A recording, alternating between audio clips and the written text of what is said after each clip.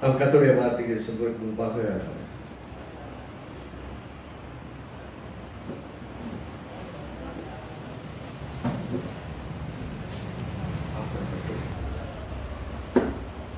நாம் கர்த்தருடைய வார்த்தைக்கு செல்வோம்.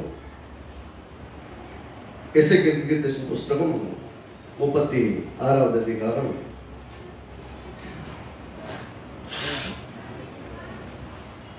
26வது வசனத்திலிருந்து வாசிக்கும். ஏற்கனவே நாம் இந்த பகுதியை பார்த்திருக்கிறோம். இன்றைக்கு வேறொரு பரிமாணத்திலே பார்க்க போகிறோம். 26வது வசனத்திலிருந்து 25லிருந்து வாசிக்கிறோம். அப்பொழுது நான் உங்கள் மேல் சுத்தமான ஜலம் தெளிப்பேன். நான் உங்களுடைய எல்லா சுத்தங்களையும் உடைய எல்லா நரகலான விக்கிரங்களையும் நீக்கி உங்களை சுத்தமாக்குவேன். நீங்கள் சுத்தமாவீர்கள். உங்களுக்கு நவமான இருதயத்தை கொடுத்து உங்கள் உள்ளத்திலே புதிதான ஆவியை கட்டளையிட்டு கல்லான இருதயத்தை உங்கள் மாம்சத்திலிருந்து எடுத்து போட்டு சதையான இருதயத்தை உங்களுக்கு கொடுப்பேன். உங்கள் உள்ளத்திலே என் ஆவியை வைத்து உங்களை என் கட்டளையின்படி நடக்கவும் என் நியாயங்களை கைக்கொள்ளவும் அவைகளின்படி செய்யவும் பண்ணுவேன். உங்கள் பிதாக்களுக்கு நான் கொடுத்த தேசத்திலே நீங்கள் குடியிருப்பீர்கள். நீங்கள் என் ஜனமாயிருப்பீர்கள். நான் உங்கள் தேவனாய் இருந்து உங்கள் அசுத்தங்களை எல்லாம் நீக்கி உங்களை ரட்சித்து உங்கள் மேல் பஞ்சத்தை கட்டளையிடாமல் கோதுமை வரவழைத்து அதை பெருக பண்ணி நீங்கள் இனிமேல் ஜாதிகளுக்குள்ளே பஞ்சத்தினால் உண்டாகும் நிந்தையை அடையாதபடிக்கு விருட்சத்தின் கனிகளையும் வயல்களின் பலன்களையும் பெருக பண்ணுவேன். அப்பொழுது நீங்கள் உங்கள் பொல்லாத மார்க்கங்களையும் உங்கள் தகாத கிரிகளையும் நினைத்து உங்கள் அக்கிரம நிமித்தம் உங்கள் அருவப்பு நிமித்தமும் உங்களையே ஆலோசித்தார்கள். இதில் பார்த்தீங்கன்னா கர்த்தர் ஜனங்களுக்கு ஒரு பெரிய வாக்குத்தத்தத்தை கொடுக்கிறார். நான் என்ன பண்ண போறேன்? இதுவரைக்கும் நீங்க என்னென்னமோ பண்ண முயற்சி பண்ணீங்க. உங்களால நியாயப்பிரமாணத்தின்படி வாழ முடியல, உங்களால் சக்சஸ்ஃபுல்லாக வாழ முடியல. இப்ப என்ன சொல்றாரு? நான் உங்களை வாழ வைப்பேன். இதுக்கே பார்த்தீங்கன்னா மிகப்பெரிய வாக்குத்தத்தம் சொல்லிதான் பாருங்க. நான் உங்களை சுத்தமாக்குவேன். ஆண்டவரே நான் சுத்தமாக்குறேன், நான் பரிசுத்தமா இருக்கிறேன்னு சொல்லிட்டு இருக்கிற பெரிய கூட்டம். வாழ்க்கையில அடிப்படையாக ஒரு கிறிஸ்தவ விசுவாசி தெரிஞ்சிருக்க வேண்டியதுன்னா, நானே பரிசுத்தமாய் வாழ முடியாது. கர்த்தர் மட்டும்தான் என்னை பரிசுத்தமாய் வாழ வைக்க முடியும். கர்த்தருடைய உதவி இல்லாமல் நான் பரிசுத்தமாய் வாழவே முடியாது. ஏனென்றால் என்னை பரிசுத்தமாக்குகிறவர் கர்த்தரே. கர்த்தர் தான் என்னை பரிசுத்தமாக்குறாரு தெரியாதவங்க சுய நீதியை முன்னிட்டு நிறுத்துவாங்க. தேவன் கொடுக்கிற நீதியை விட்டுருவாங்க. தேவன் கொடுக்கிற நீதி என்னன்னா, அவர் ரத்தத்தினாலே நம்மை கழுவி பாவமற்றவர்களாய் குற்றமற்றவர்களாய் பிழையற்றவர்களாய் தேவனுக்கு முன்பாய் நம்மை கொண்டு போய் நிறுத்துவதைத்தான் சொல்லுகிறது நீதிங்கிறது.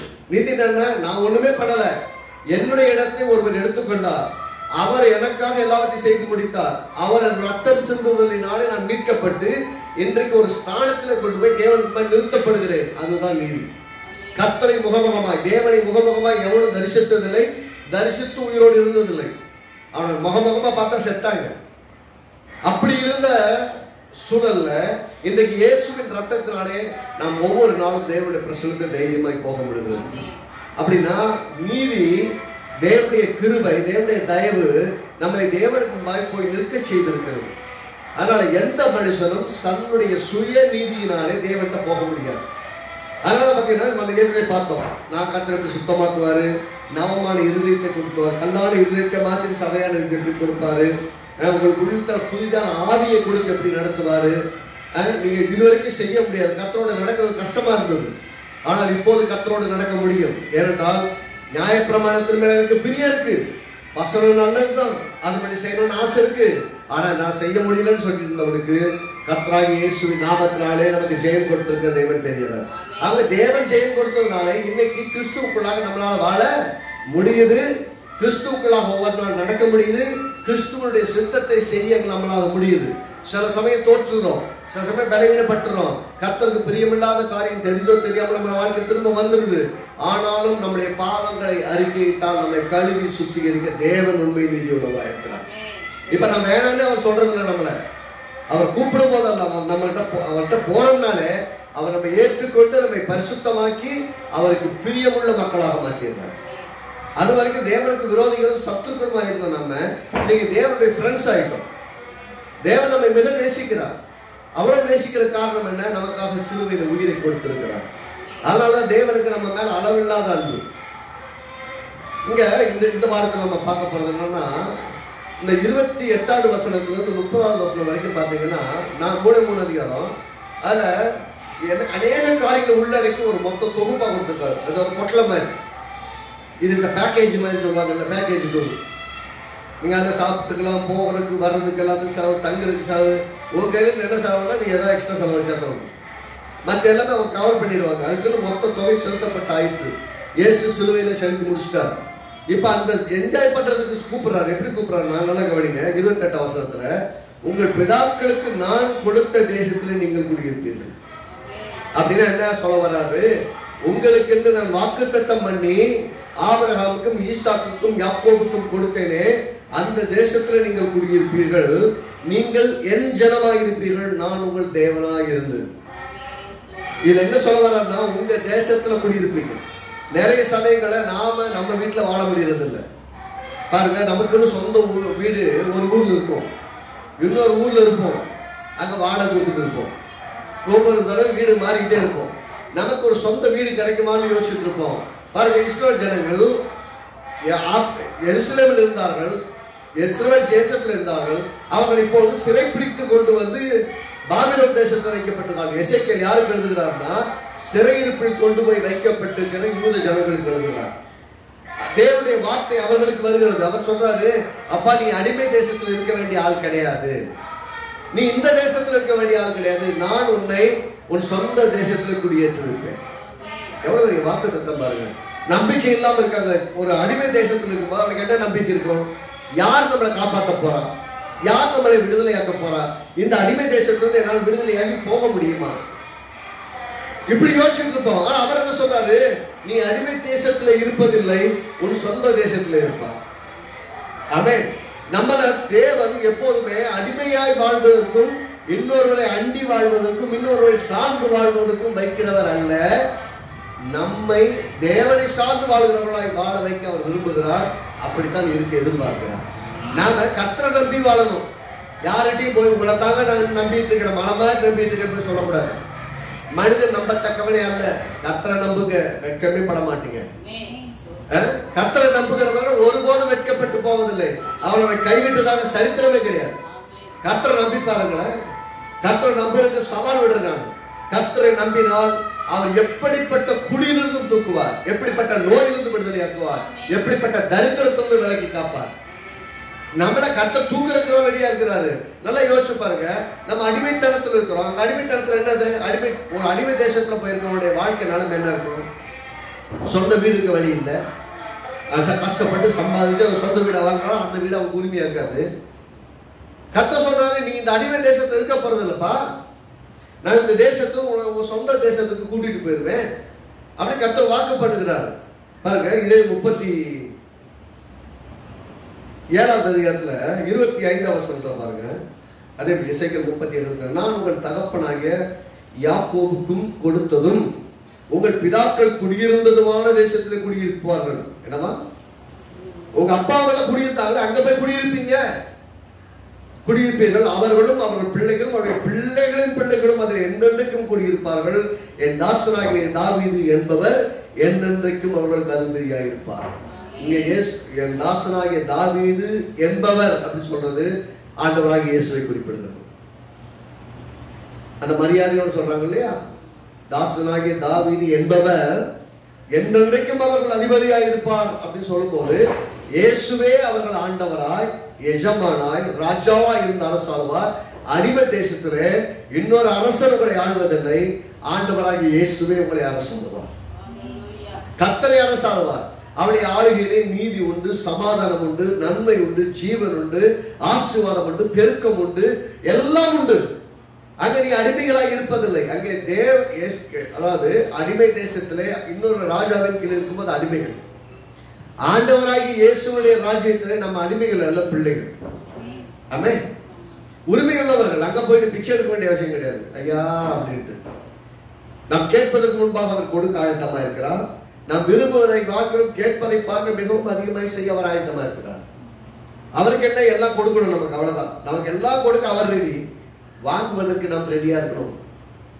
இங்க சொல்லும் போது பாத்தீங்கன்னா, என் தாசனாகிய யாக்கோபுக்கு கொடுத்ததும் உங்கள் பிதாக்கள் குடியிருந்தமான தேசத்தில் குடியிருப்பார்கள், அவர்களும் சொல்லுங்க, அவர்களும் அவர்கள் பிள்ளைகளும் அவருடைய பிள்ளைகளின் பிள்ளைகளும் அதில் என்றென்றைக்கும் குடியிருப்பார்கள். அதில் பிள்ளைகளின் பிள்ளைகளும் என்றென்றைக்கும் குடியிருப்பார்கள். அப்படின்னா தலைமுறை தலைமுறையாய் தலைமுறை தலைமுறையாய் அதில் வாழ்வார்கள் சொல்லுவாங்க.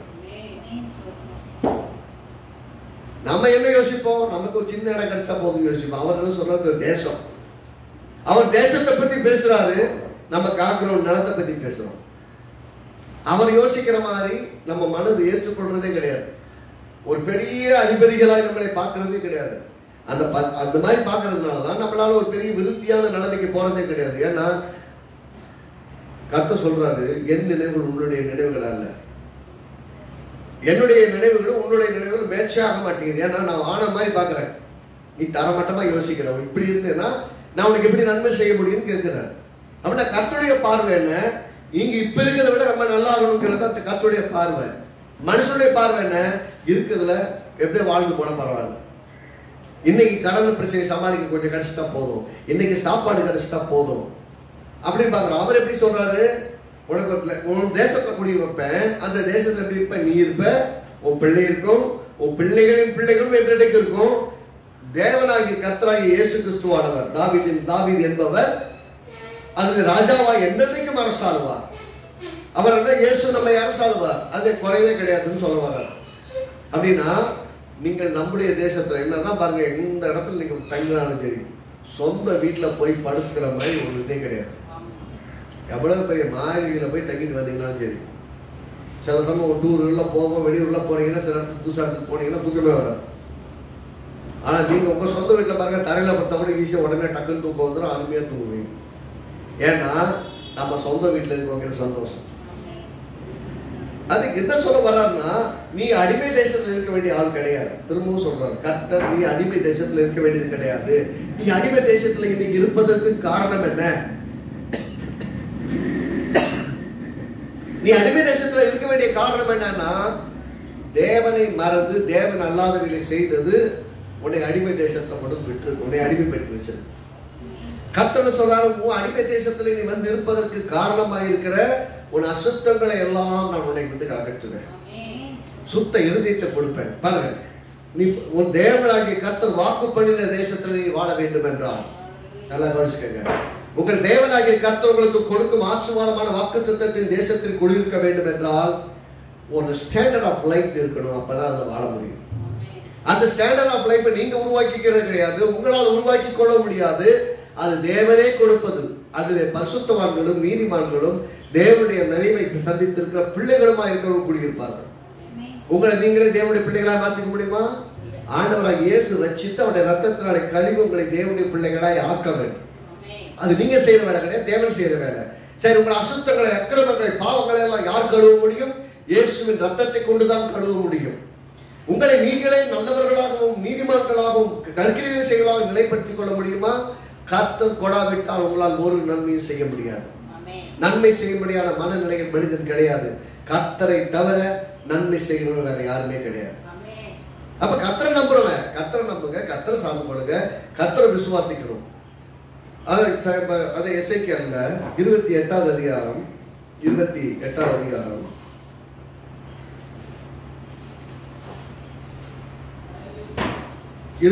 வசனம் பாருங்க. எசேக்கியேல் 28:25. கர்த்தராகிய ஆண்டவர் சொல்வது என்னவென்றால், நான் இஸ்ரவேல் வம்சத்தாரை அவர்கள் சிதறடிக்கப்பட்டிருக்கிற ஜனத்திலிருந்து சேர்த்து கொண்டு வந்து, என்ன சொல்றாரு கர்த்தராகிய ஆண்டவர் சொல்லுவது என்னவென்றால், நான் இஸ்ரவேல் வம்சத்தாரை அவர் சிதறடிக்கப்பட்டிருக்கிற ஜனங்களிடத்திலிருந்து சேர்த்து கொண்டு வந்து அவர்களால் ஜாதிகளின் கண்களுக்கு முன்பாக பரிசுத்தர் என்று விளங்கும்படி அவர்கள் என் தாசனாகிய யாக்கோபுக்கு நான் தெரிந்து கொடுத்த தங்களுடைய தேசத்திலே குடியிருப்பார். இப்ப என்ன சொல்ல வராரு? திரும்ப பொறுமை நிதானமா வாசிங்க. கர்த்தராகிய ஆண்டவர் சொல்லுகிறது என்னவென்றால், கர்த்தர் இஸ்ரவேல் வம்சத்தாரை அவர்கள் சிதறடிக்கப்பட்டிருக்கிற ஜனங்களிடத்திலிருந்து சேர்த்து கொண்டு வந்து அவர்களால் ஜாதிகளின் கண்களுக்கு முன்பாக பரிசுத்தர் என்று விளங்கும் போது அவர்கள் என் தாசனாகிய யாக்கோபுக்கு நான் கொடுத்த தங்களுடைய தேசத்தில் குடியிருப்பார்கள். அதாவது என்ன சொல்ல வர்றாருன்னா, சிதறடிக்கப்பட்டிருக்கிற மற்ற ஜனங்கள், அதாவது ஒரு உதாரணத்துக்கு இப்ப பாபிலோன்ல சிறையிருப்பில் இருக்கிறார்கள். சிறையிருப்பில் இருக்கிற ஜனங்கள்லாம் பார்ப்பாங்க, நீங்க தேவனை மறந்து அக்கிரமணியம் பண்ணீங்க, அதனால நீங்க அடிமையங்க இருக்கீங்கன்னு சொல்லுவாங்க. அதே ஜனங்களுடைய கண்களுக்கு முன்பாக இவர்கள் பரிசுத்தமாக்கப்பட்டிருக்கிறார்கள், கர்த்தருடைய பாவங்களை மன்னித்திருக்கிறார், பரிசுத்தமாக்கி இருக்கிறார் சொன்னா, அன்றைக்கு இவர்களை தேவனாகிய கர்த்தர் அடிமை தேசத்திலிருந்து விடுதலையாக்கி இவர்கள் வாழும்படியாய் வாக்குத்தத்தம் பண்ணின சொந்த தேசத்திலே கொண்டு போய் வைப்பேன்னு சொல்லுகிறார். பாருங்க, அப்போ தேவன் கொடுத்துக்கும் வாக்குத்தத்தத்தின் தேசத்திலே வாழ்வதற்கு, அது பரலோகமாய் இருந்தாலும் சரி பூலோகமாய் இருந்தாலும் சரி, இந்த பூமியிலோ பரலோகத்திலோ வாழ வேண்டும் என்றால் பரிசுத்தம் முக்கியமான இடத்துல இருக்கு. பரிசுத்தம் இல்லாமல் ஒருவனும் பரலோக ராஜ்யத்தில் பிரவேசிப்பதில்லை. பரிசுத்தமாக்குற வேலையை கர்த்தர் உங்க கையில கொடுக்கல, கர்த்தர் கையில் ஒப்பு கொடுக்க அவர் உங்களை பரிசுத்தமாக்குறார். சொல்றார், நானே உங்களை பரிசுத்தமாக்குகிற கர்த்தர். அப்ப கர்த்தர் கையில கொடுக்காம நானே என்ன பரிசுத்தமா அனௌன்ஸ் பண்ணிக்க முடியுமா? முடியாது. ஆனா கர்த்தர் தான் சொல்றாரு, நீங்கள் பரிசுத்தவான்கள் சொல்லுகிறார். அப்ப பரிசுத்தவான்களுக்காகவே ஆயத்தம் பண்ணப்பட்டிருக்கிற பரலோகமா இருந்தாலும், பரிசுத்தவான்களா இருந்தால் மட்டும்தான் வாக்குத்தத்தம் பண்ணப்பட்ட தேசத்திலே வாழவும் முடியும். ஏனென்றால் தேவனாகிய கர்த்தரே அதை அரசாளுகிறார். தேவன் அரசாளுகிற இடத்திலே அசுத்தமானவர்களுக்கு இடமே கிடையாது. அதைத்தான் சொல்ல வர, நான் இந்த தேசத்திலே உங்களை அரசாள வேண்டும் அப்படின்னு சொன்னா, அந்த தேசத்தில் நீங்கள் குடியிருக்க வேண்டும், நான் கொடுக்கும் நன்மைகளை எல்லாம் நீங்கள் அனுபவிக்க வேண்டும்னா நான் எல்லாம் செஞ்சுக்குவேன், ஆனாலும் கர்த்தரை ஆசீர்வாதமாய் வைப்பார்னு சொன்னா சொல்றேன், நம்மளை ஏமாத்திக்கிறது. நம்மளை ஏமாத்திக்க கூடாது. நாம் என்ன நினைக்கிறோம், கர்த்தர் நான் என்ன செய்தாலும் என்னை ஏற்றுக்கொள்ளுகிறார், என்னை மன்னிக்கிறார், என்னை பரிசுத்தமாக்குகிறார், எனக்கு உதவி செய்கிறார் அப்படின்னு சொல்லிட்டு போறதில்லை.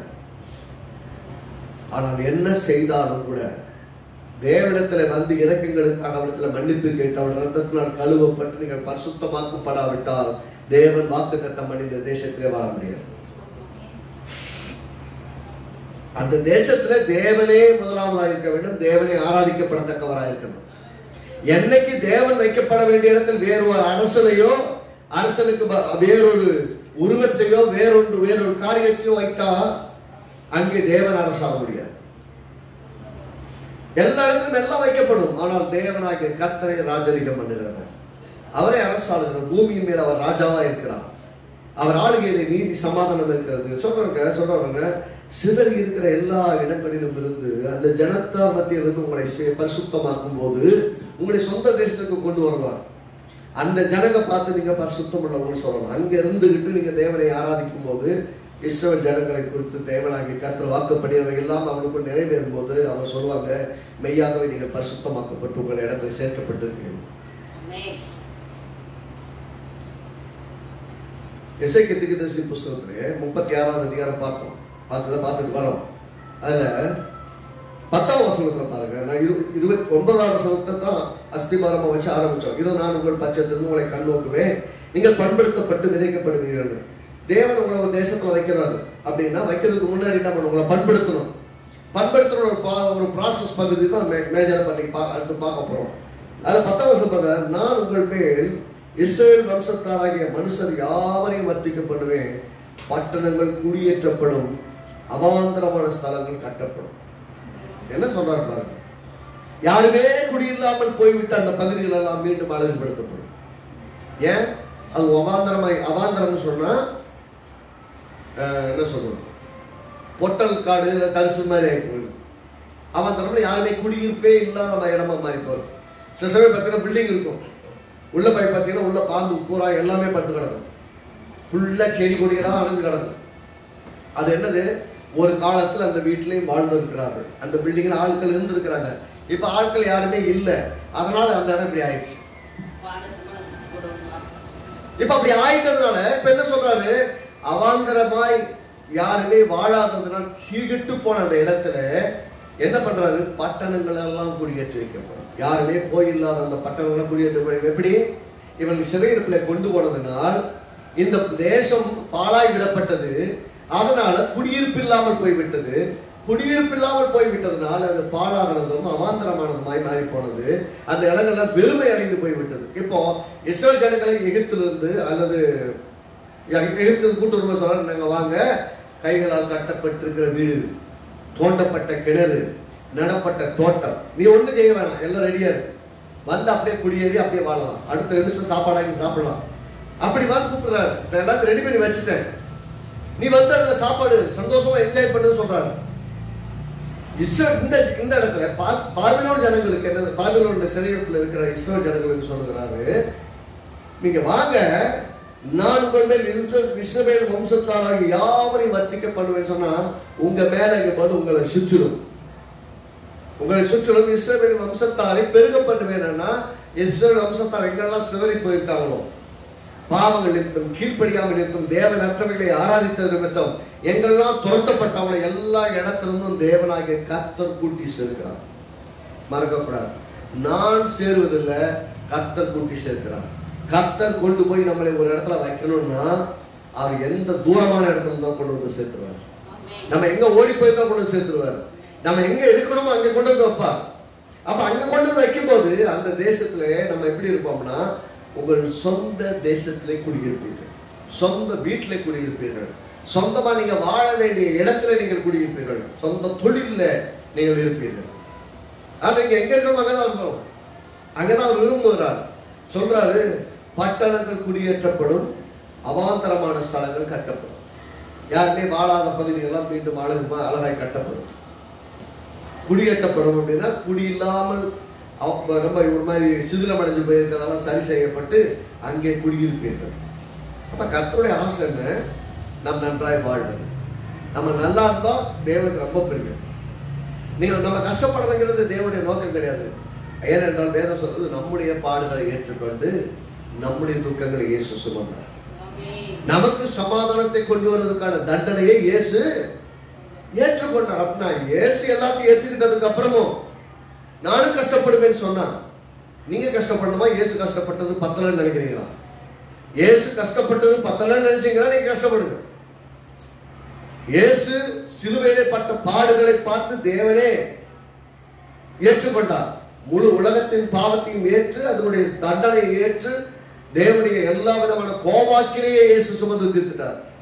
சிலுவை வந்து தேவனுடைய நியாய தீர்ப்பின் பலி சொல்லப்போனா ஒரு ஆட்டை பலியிடுவதை போல இயேசுவை தேவன் பலியிட ஒப்பு கொடுத்தார்.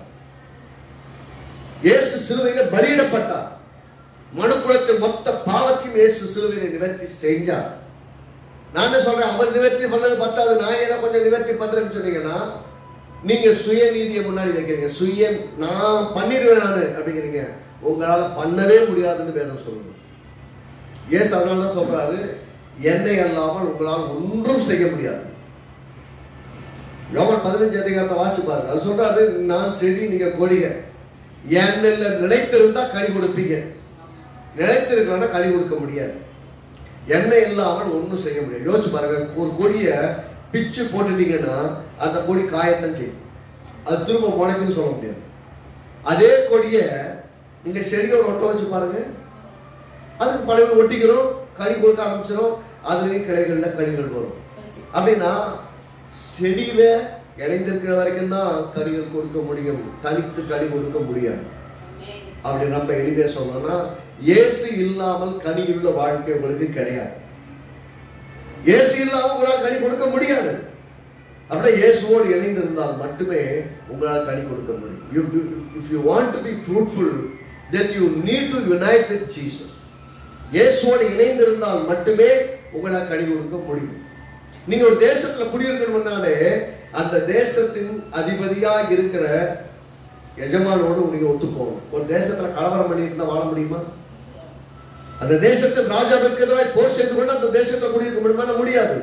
அந்த தேசத்தின் ராஜாவானவர் ஆண்டவராகிய இயேசுன்னா நீங்க அந்த இயேசுவோடு இணைந்து ஐக்கியப்பட்டு சமாதானமாக இருந்தால் மட்டும்தான் அந்த தேசத்தை குடியிருக்க முடியும். நான் இயேசுவையும் ஆராதிப்பேன், அப்பப்போ எனக்கு வேண்டியது செஞ்சு அவரோட போராடிட்டு இருப்பேன் அப்படின்னா வேலைக்கு ஆகாது. அதனாலதான் பாத்தீங்கன்னா அப்போஸ்தலனாகிய பவுலை முதலாக அப்போஸ்தலர் 9 அதிகாரத்துல இயேசு சந்திக்கிறார். சந்திக்கும் போது கேட்கிறார், முள்ளில் உதைக்கிறது உனக்கு கடினமா? முள்ளில் வாசிட்டு இருக்கியப்பா, உனக்கு வலிக்கலையா? அவர் எப்படி கேட்கிறாரு? முள்ளுல நீ உரைச்சிட்டு இருக்க, உனக்கு வலிக்கலையா? அவன் யார் அடிச்சுட்டு இருக்கிறான்? கிறிஸ்துவ ஜனங்களை அடிக்கிறான். அப்போஸ்தலனாகிய பவுலுடைய வேலை என்னவா இருந்தது? அவன் சவுலாய் இருந்து பவுலாய் மாறுவதற்கு முன்பு சவுலாய் இருந்த போது அவனுடைய மெயின் வேலையை அங்கங்க லெட்டர் வாங்க வேண்டியது, ஒவ்வொரு சர்ச்சா போய் ஒழிக்க வேண்டியது, அதான் வேலையா செஞ்சுட்டு இருந்தான். கிறிஸ்துவ மக்கள் கூடுதல் இடத்துலலாம் கலாட்டா பண்ணணும், தான் அவனுடைய அஜெண்டாவா இருந்தது. அவனை விட மிக மோசமாக நடந்து கொண்டவங்க யாரும் கிடையாது. சட்டபூர்வமா கையில் லெட்டர் வாங்கிட்டு போயிட்டு அந்த சபையில அழிச்சிருது. அப்படி பண்ணிட்டு இருந்தான். கர்த்தர் கேட்கிறாரு, முள்ளுல உதைக்கிறியா, உனக்கு கஷ்டமா இல்லையா, உனக்கு வலி இல்லையா அப்படின்னு கேட்கிறாரு. பேசுற உடனே புரிஞ்சுக்கிட்டாது ஆண்டவராக இயேசு பேசுறாரு. உடனே சொல்லிட்டு, ஆண்டவரே நான் என்ன செய்ய சித்தமா இருக்கு, இதுக்கு மேல நான் சண்டை போட ரெடியா இல்லை. உடனே தன்னை அர்ப்பணிக்கிறான். அர்ப்பணிச்சோன்னு சொல்றாரு, இப்போ பிரஜாதிகளுக்கு சுவிசேஷத்தை சொல்றான். அவனுக்கு தெரிஞ்சு போச்சு, முள்ளுல உரைச்சிட்டு இருக்க முடியாது, கர்த்தரோடு போராடி கொண்டு ஒரு வெற்றிகரமான வாழ்க்கை வாழ முடியாது. அப்போஸ்தலனாகிய பவுல் கர்த்தரோடு போராடி கொண்டு இருக்கிற வரைக்கும் ஒரு சக்சஸ்ஃபுல்லான மனிதனா ஒன்றும் வாழ முடியல. ஆனா என்னைக்கு கர்த்தர் இடத்துல தன்னை ஒப்பு கொடுத்தானோ, நான் என்ன செய்ய சித்தமா இருக்கிறான்னு கேட்டானோ, அன்னையில இருந்து அவனால் அநேக சபைகள் உருவானது, அநேக சபைகளை எழுப்பினான், அநேக சபைகளை பயிற்றுவித்தான், அநேக வேத புஸ்தகங்கள் புதிய ஏற்பாட்டில் பெரிய நிறைய புஸ்தகங்களை அவர் தான் எழுதினார், நிறைய கடிதங்களை அவர் எழுதினார். அந்த கடிதங்களை தொகுப்பு தான் புதிய ஏற்பாடு. இந்த சுவிசேஷ புஸ்தகத்துக்கு அப்புறம் அந்த 1 பேதுரு 2 பேதுரு அந்த கடைசி தவிர விட்டுட்டு நடுவில் பார்த்தீங்கன்னா அத்தனை புஸ்தகங்களும் அப்போஸ்தலனாகிய பவுல் எழுதி, அத்தனை புஸ்தகம். அது இன்னைக்கு சபைகளுக்கு பக்தி விருத்திக்கு ஏதோ எவ்வளவு மேன்மையா இருக்கு அப்படின்னா, அவன் இருக்க வேண்டிய இடத்துல இருக்கும்போது அவன் சுய நீதியை வைக்காமல் தேவ நீதியை முன்படுத்தினதுனாலதான் அப்போஸ்தலனாகிய பவுல் ஒரு பெரிய சக்சஸ்ஃபுல்லான ஊழியக்காரராக இருந்தார். ஊழியக்காரனா இருக்கணும்னாலும் சரி, ஒரு நல்ல குடும்ப தலைவா இருக்கணும்னாலும் சரி, நல்ல ஒரு படிப்பாளியா இருக்கணும்னாலும் சரி, நல்ல ஒரு தொழில் ரீதியாக வெற்றியா இருக்கணும்னாலும் சரி, கர்த்தர் உங்கள் வாழ்க்கையில மையமா இருக்கணும். கர்த்தர் கொடுக்கிற இடத்துல நீங்க குடியிருக்கணும். எனக்கு இங்க நல்லா இருக்குன்னு நினைச்சீங்கன்னா, லோத்தவடைய நினைச்சான், பார்க்க பச்சை பசேல் இருக்கு, இங்க போனா என் ஆடுகள் நல்லா பேச்சுக்குவேன், நல்ல ஆடுகளை வளர்த்துக்குவேன், நிறைய காசாக்கிக்குவேன் நினைச்சான். கடைசியில் என்ன நடந்தது? கர்த்தர் அந்த பட்டணத்தை அக்கினியினால் அழிக்கும் போது உயிரை காப்பாத்தி வெறும் ஆளா வெளியே வந்தான். எந்த பட்டணம் நன்றா இருக்குன்னு போனானோ அந்த பட்டணத்தை தேவன் அழிக்கும்படியாக ஆய்த்திருந்த பட்டணம். ஆனா நான் ஆசைப்படுறேன், எங்கேயோ போறேன் இப்படி போனான். ஆனா அவன் அங்க வாழ முடியல. அவன் எங்க வாழ்ந்திருக்கணும்? ஆபிரகாமோடு வாழ்ந்திருக்கணும். ஆபிரகாமோட அவன் தப்பான ஒரு இடத்தை தேர்ந்தெடுத்து போனா அந்த இடம் அவனுக்கு நிரந்தரம் இல்லை. ஆபிரகாமை ஒட்டிட்டு வந்தான்னா ஆபிரகாமோட சேர்ந்து வாழணும், அவ்வளவுதான். ஆபிரகாமோட சண்டை போட்டு பிரிஞ்சு போய் வாழ முடியாது. நான் இப்படிதான் சொல்லுவேன், ஆபிரகாமோடு போர் செய்து ஆபிரகாமின் ஆசீர்வாதத்தில் பங்கெடுக்க முடியாது. ஆபிரகாமின் ஆசீர்வாதத்தில் நீங்கள் பங்கெடுக்கணும்னா ஆபிரகாமோடு உறவா இருக்க வேண்டும், ஆபிரகாமின் தேவனோட உறவா இருக்க வேண்டும். 2 பக்கமே கரெக்டா இருந்தா மட்டும்தான். ஆபிரகாமோட ஒட்டிட்டு கூடயே வந்த ஒரே ஒரு காரணத்துக்காக ஆபிரகாம் எப்படி ஆசீர்வதிக்கப்பட்டானோ அதே மாதிரி ஒட்டிட்டு வந்த லோத்தும் ஆசீர்வதிக்கப்பட்டான். அவங்க வேலைக்காரங்க சண்டை போட்டாங்கன்னா உடனே என் வேலைக்காரங்க சண்டை வராம பங்கு பிரிச்சு கொடு, நான் போறேன் அப்படின்னா, சரி எங்கப்பா போற, நீ எங்கிட்ட பாப்பா, உனக்கு என்ன, உனக்கு தெரிஞ்செடுத்துக்கோ, நீ தெரிஞ்செடுத்துக்கோ. அவனுக்கு தெரியும் கர்த்தர் கொடுத்த தேசத்துல நான் ஆசீர்வாதமா இருப்பேன். கர்த்தர் இருக்க சொல்லிருக்கிற இடம் இந்த இடம், நான் உனக்கு காண்பிக்கும் தேசத்துக்கு போன்னு சொன்னாரு, அங்க குடியிருப்பேன். யோசிச்சு பாருங்க, இன்றைக்கு அது இத்தனை ஆயிரமான ஆண்டுகள் ஆன பின்னாடியும் இன்னைக்கு ஆசீர்வாதமா ஒரு பெரிய சந்ததிகள் இஸ்ரவேல் ஜனங்கள் குடியிருக்கிறாங்க. ஆமென். அப்படின்னா தேவனால வாழ வைக்க முடியலன்னா கிடையாது, தேவனை இயலாதவர் கிடையாது, அவரால் எல்லாவற்றையும் செய்ய முடியும். கர்த்தர் சொல்றாரு, உங்கள் தேசத்திலே குடியிருப்பீர்கள். 36 பாத்தீங்கன்னா அதுதான் சொல்றாரு. 36 அதிகாரம் 28 வசனத்துல, உங்கள் பிதாக்களுக்கு நான் கொடுத்த தேசத்திலே நீங்கள் குடியிருப்பீர்கள். நான் கொடுத்த தேசத்துல இருப்பீங்க அப்படின்னா சொல்லுங்க. சில சமயம் பாத்தீங்கன்னா கர்த்தர் நமக்கு சொந்தமா தேவன் கொடுத்துருப்பாரு. எனக்கு பொண்ணு வேணாம், பொருள் வேணாம், அது வேணாம், இது வேணான்ட்டு எவன் வேணா எடுத்து போட்டு கேஷுவலா விட்டுருவோம். ஒரு நாள் வரும், அவனுடைய வேல்யூ தெரியும் போது மனசு வேதனையா இருக்கும். இதை போய் வேணான்னு விட்டோமே, பரவாயில்ல பங்காளி தானே எடுத்துக்கிட்டோம், அவன் தானே எடுத்துக்கிட்டோம் போட்டோம். இன்னைக்கு அதனுடைய மதிப்பு வேற மாதிரி லெவலில் இருக்கும். அதை பார்க்கும்போது மனசு வேதனையாக இருக்கும். வேணான்னு கொடுத்துட்டு வந்துட்டோம், இன்னைக்கு நம்ம போய் கேட்க முடியாது. அப்படின்னா கர்த்தர் உங்களுக்கு கொடுக்குற ஆசீர்வாதத்தை நீங்கள் அலட்சியப்படுத்தக்கூடாது. அதனால தான் பார்த்தீங்கன்னா தேவன் யாக்கோபை சிநேகித்தார், ஏசாவை வெறுத்தார்னு சொல்லுவோம். யாக்கோபை நேசித்தார். யாக்கோபு யாரு? ஏமாத்துக்காரன். ஏமாற்றுக்காரனை நேசிக்கிறார். அவனை கூட சரி பண்ணிடலாம். ஒரு காலத்தை புரிய வச்சுட்டார் ஆண்டவர். நம்மளை விட ஏமாத்துற ஒருத்தருக்கான ஒருத்தர் புரிய வச்சதுக்கப்புறம் அப்படியே சத்தமாக உடங்கிட்டான். அவங்க மாமாவை விட மாமானார் அப்படிப்பட்ட மாமா. அவங்க மாமனார் அவனுக்கு காமிச்சிட்டாரு, நீ ஏமாத்துக்காரனும் உன்னோட பெரிய ஏமாத்துக்காரனா. நான் ஏமாற்றி பிழைத்துக் கொண்டிருக்கிற பேர்லயே ஏமாத்துக்காரன் இருந்தவன அநேக ஜாதிகளுக்கு தகப்பனாய் கட்டணும், தேசங்களுக்கு அதிபதியாக மாற்றினான். விசுவாசத்தின் தகப்பனாய் ஆபிரகாமா இருந்ததை போல தேசங்களுக்கு அதிபதியாக இஸ்ரவேலுக்கு பேர்ல மாத்தினார். இதுல நல்லா கவனிக்க வேண்டியது என்னன்னா, ஏமாற்றி பிழைக்கிறவனா இருக்கிறவனை தேவன் நேசிக்கிறார். ஆனா தேவன் கொடுத்த வாக்குத்தத்தம், ஒரு மூத்த பிள்ளைன்னா அதுக்கு 2 சிரேஷ்ட புத்திர பாகம், 2 பாகம். சிரேஷ்ட புத்திர பாகத்தை செகண்ட் போர்ஷன். அப்படின்னா ஒரு வீட்டில் 3 பிள்ளைகள் இருக்காங்கன்னா மூத்த பிள்ளைக்கு 2 பங்கு, மற்ற பிள்ளைக்கு ஒவ்வொரு பங்கு. அப்படின்னா 2 பாகம், ஒரு பாகம் எக்ஸ்ட்ரா கொடுக்குறாங்க. ஏன்னா தலைச்சானல் எல்லாம் தேவனுடையது, தலைப்பிள்ளையெல்லாம் கர்த்தருடைய பிள்ளை. அந்த கர்த்தருடைய பிள்ளையா இருக்கிறதுனால அதுக்கு கொடுக்குற பங்கு ஒரு பங்கு எக்ஸ்ட்ரா பாருங்க, விசேஷமா பார்க்கிறார் ஆண்டவர். அப்படி கொடுக்கப்படுகிற பங்குல அவர் என்ன சொல்றாருன்னா, யாசா என்ன சொல்றாருன்னா, ரொம்ப உயிர் போயிட்டு இருக்குப்பா, அந்த கூலை கொடு, ஏன் சிரேஷ்ட புத்திரமாக நீங்க எடுத்துக்கோ. சொந்த அண்ணன் கிட்டேயே சாப்பாடை விற்கிறான், சாப்பாடை பிசினஸ் பண்றான். நீ உன் சிரேஷ்ட புத்திர பாகத்தை எனக்கு கொடுத்துரு, அப்படி கொடுத்துட்டேன்னா நான் என்ன பண்ணுவேன், உனக்கு கூலை கொடுப்பேன். அப்படின்னா மூத்தவனுக்கு வர வேண்டிய 2வது பங்கையும் விசுவாசத்தோடு கூட காசை கொடுத்து வாங்கிட்டான். அப்படின்னா என்ன அர்த்தம், அங்க வாங்கிட்டு 1 பைசா சொத்தளவு விஷயம் ஓடி போயிட்டு திருப்பி வந்து கர்த்தர் வாக்கு பண்ணின தேசத்துல வாழ்ந்தான்.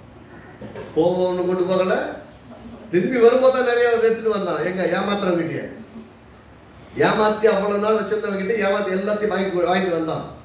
அப்பயும் பார்த்தீங்கன்னா எல்லாத்தையும் கொண்டு வந்த போதும் கர்த்தர் சொல்றான், ஆண்டவரே நீர் என்னை ஆசீர்வதித்தால் உங்களுக்கு போக விட மாட்டேன். நீங்க என்ன ஆசீர்வதிச்சாதான் இந்த பூமியில நான் வாழ முடியும். அவனுக்கு உயிர் மேல பயம், அன்னை கொண்டுருவானு. ஒரு பக்கம் அன்னை கொண்டுருவானு பயம், இன்னொரு பக்கம் இந்த தேசம் வாழ முடியுமாங்கிற பயம். கர்த்தர்கிட்ட கெஞ்சினான், கர்த்தர் இறக்கம் காண்பிக்கிறார். வந்த அந்த தேசத்துல குடியிருக்கிறான். அவன் பழுகி பெருகி அநேக தேசங்களாய் பெறுகிறார்.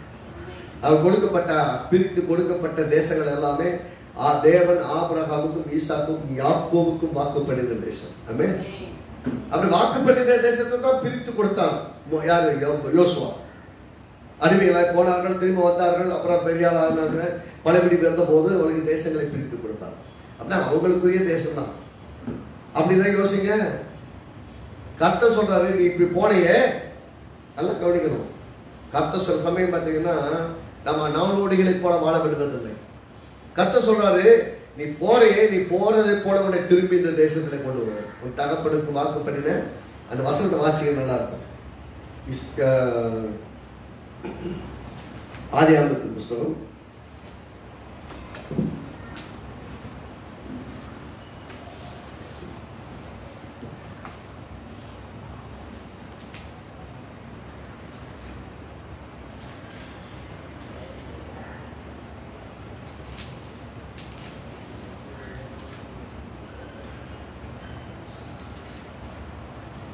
28வது அதிகாரத்தில் ஆதியாகமம் 28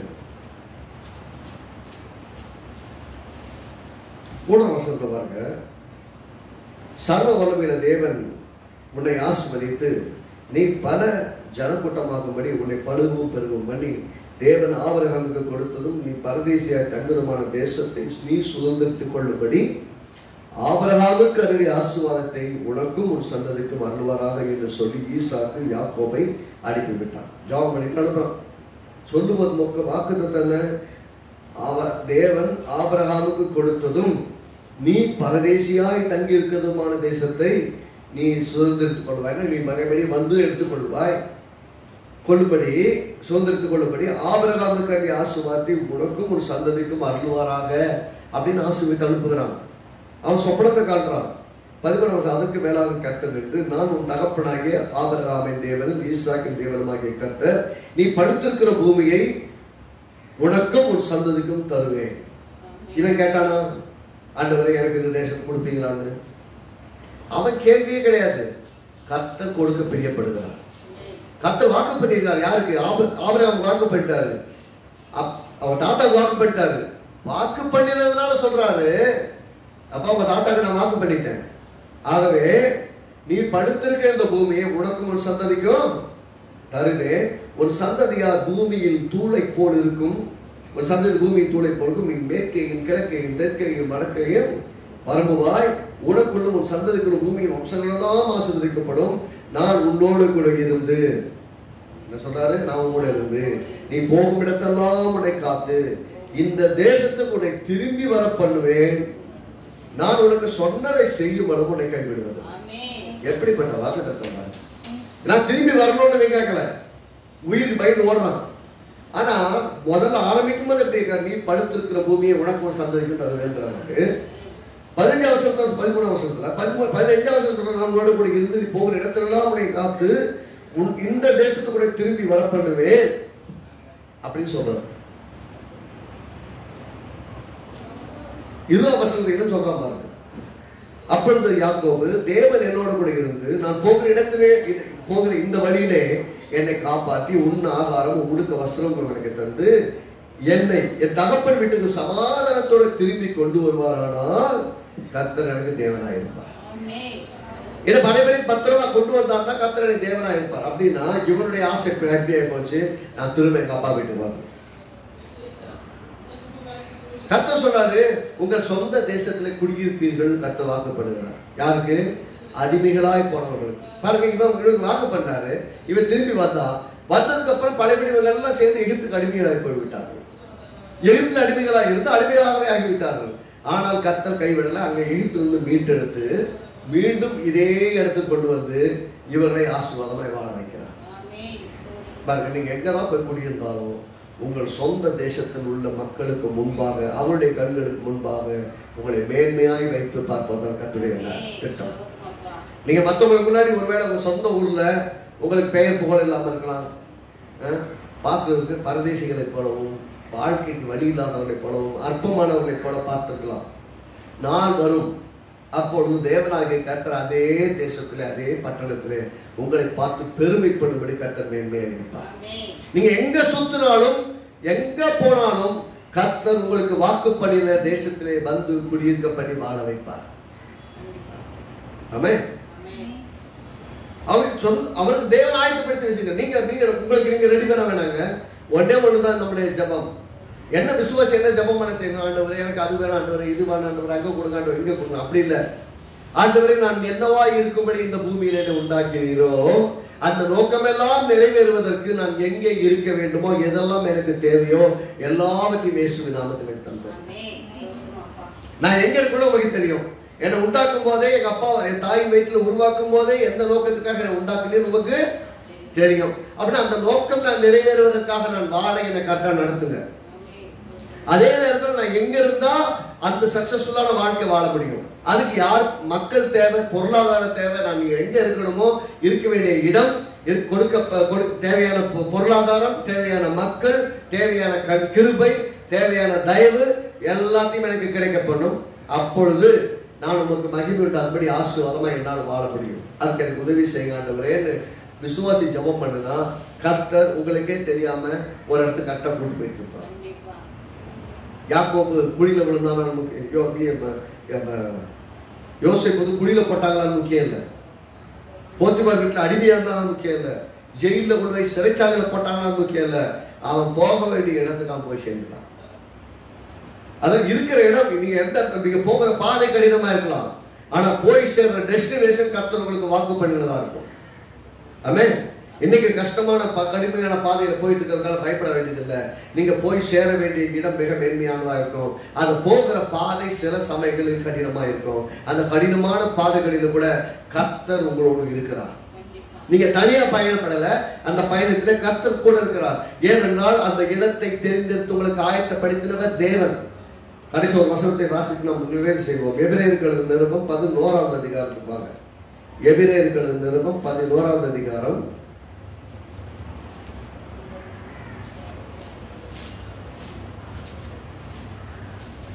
விசுவாச வீரர்கள் பட்டியலை பற்றி சொல்லும் போது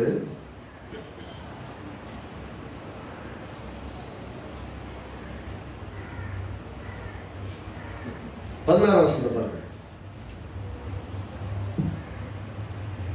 15 சேர்த்து வாசிப்போம். தாங்கள் விட்டு வந்த தேசத்தை நினைத்தார்களானால் அதற்கு திரும்பி போவதற்கு அவர்களுக்கு சமயம் கிடைத்திருக்குமே.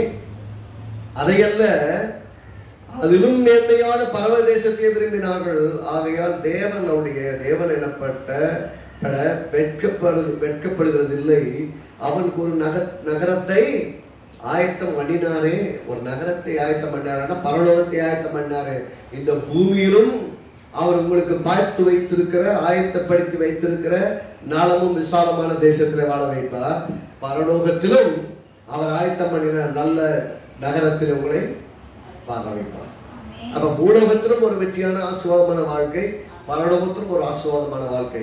ஆகவே சொன்னால் நீங்க எந்த தேசத்துல குடியிருக்கணும்? பூலோகத்துல இருந்தா இந்த தேசத்துல குடியிருக்கணும்னா இங்க, பரலோகத்துல அந்த தேசத்தை உங்களுக்கு ஆயத்தம் பண்ணப்பட்ட அந்த தேசத்துக்கு குடியிருக்கணும். உங்க ஜெபம் என்னவா இருக்க வேண்டும் என்று சொன்ன ஒவ்வொரு விசுவாசித்த ஆண்டவரே, நான் என்னவா இருக்க சித்தம் கொண்டு இருக்கிறோம், அதற்கு என்னை ஆயத்தப்படுத்துங்க, என்னை பயன்படுத்துங்க. ஒரு ஆசீர்வாதமான மனிதனாய் மனுஷியாய் என்னை உருவாக்குங்க ஆண்டவரே என்று நீங்க ஒப்பு கொடுத்தீங்கன்னா கர்த்தர் உங்களை கொண்டு பெரிய காரியங்களை செய்வார். ஆமென். உங்கள் தேசத்திலே நீங்கள் குடியிருப்பீர்கள். இதுதான் தேவனுடைய நோக்கம். அப்படின்னா ஒருவேளை வீட்டை இழந்து, சொத்தை இழந்து, தொழில் அநேக காரியங்களை நீங்கள் இழந்தது போனதுனா கூட உங்கள் விசுவாசம் நீங்கள் இழந்து போன எல்லாவற்றையும் உங்களுக்கு திரும்ப பெற்றுக் கொடுக்கும். ஆமென். நம்ம விசுவாசத்தோடு கூட நம்ம அறிக்கிடுவோம். கர்த்தர் நம்மை ஆசீர்வதிப்பார். ஆமென். கர்த்தர்